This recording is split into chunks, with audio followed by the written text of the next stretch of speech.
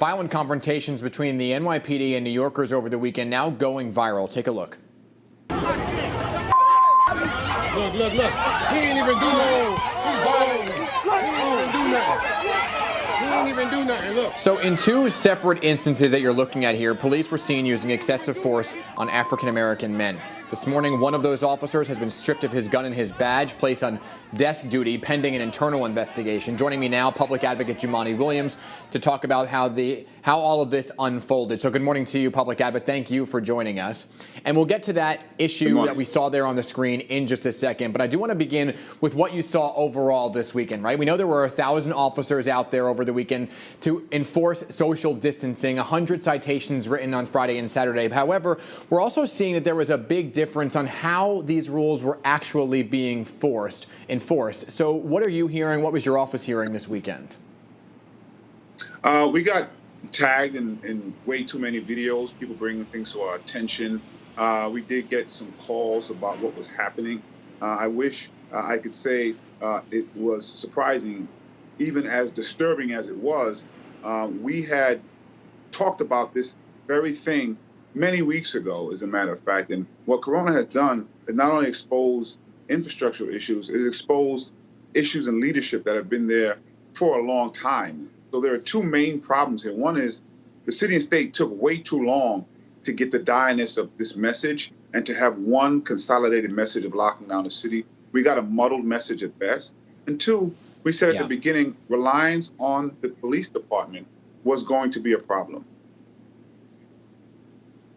So when you look at what you're seeing on the television screen right now, right? We just saw large crowds at the Chelsea Park and people not wearing masks out there as well. What is your message right now, before we get into what the NYPD did this weekend, what is your message for New Yorkers right now when you see an image like that? Is the onus also on us to be safe and resilient out there as well?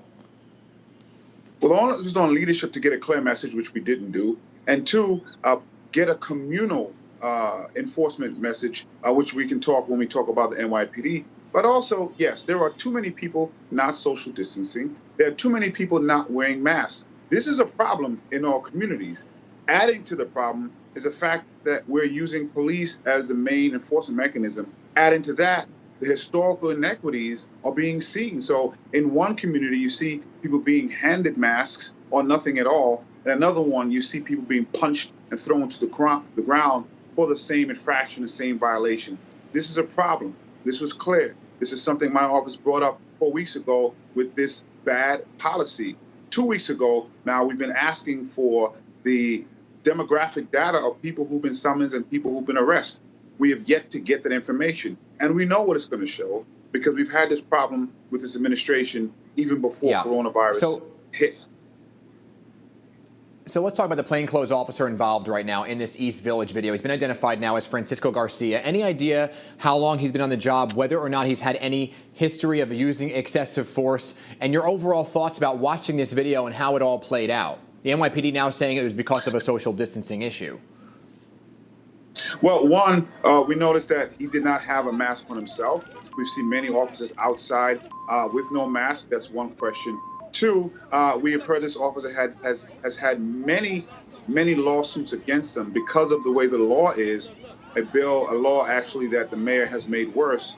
We don't get to see the dispositions of those lawsuits. And I'd like to add that there were several videos that were problematic. I'm glad that this officer is on suspended duty, but the person who was on the ground spent more than 24 hours in jail and still has charges pending against them.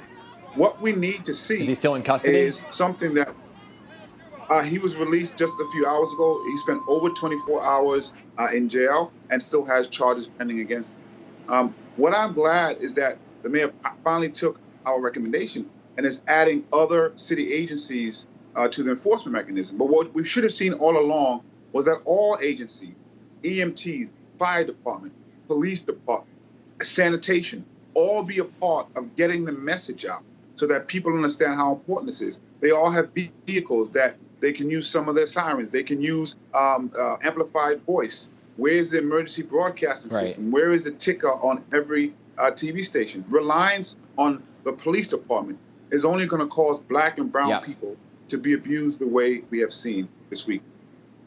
Yeah, we have continued to urge everybody to be safe and social distance as well. But I hear your point there, Mayor and the Commissioner, saying that they are looking into this. Like you said, modified duty is what that officer is on right now. Before I let you go, and they have a few seconds left, I do want to get to this. You're raising a red flag about new contact tracing that's being developed with the help of former Mayor Michael Bloomberg, who's been exposed, who's talking about, people that are exposed to the coronavirus.